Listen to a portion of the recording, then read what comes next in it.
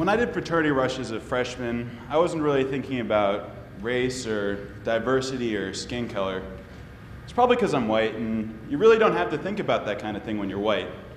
What I did know was that I've been spending too much time with my girlfriend in the first semester, and I wanted to meet some cool new guys and get back to doing one of my favorite high school activities, playing Beirut. The whole process went pretty well.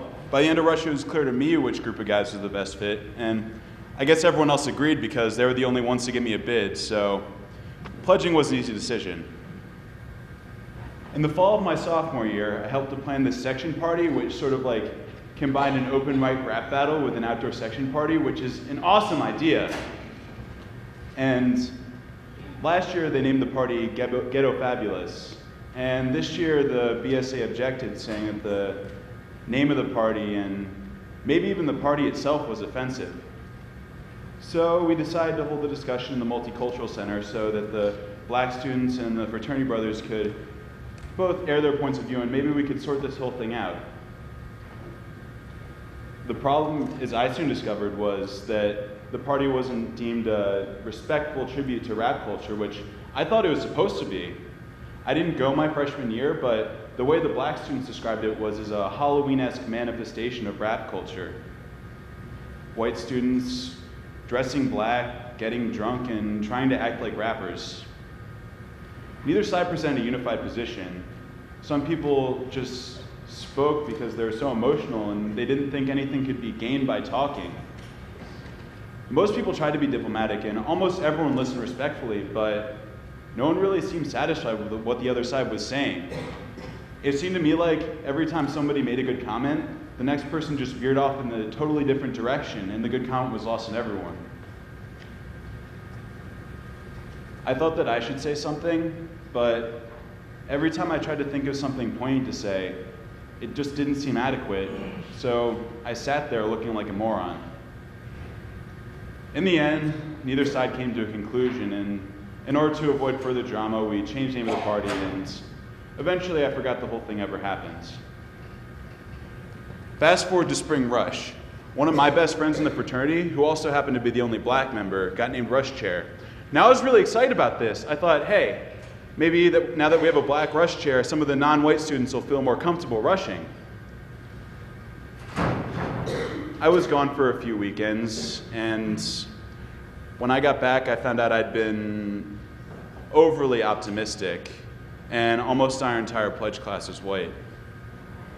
Now, I'm not particularly involved in my fraternity, so I just sort of gave it an oh well kind of attitude. And like the Ghetto Fabulous incident, I forgot the whole thing ever happened. In the fall of my junior year, I thought it would be a good idea to bring up diversity at one of my weekly fraternity meetings. Now, I'm a pretty confident guy, but I was understandably a little bit nervous bringing up the subject with the rest of the group.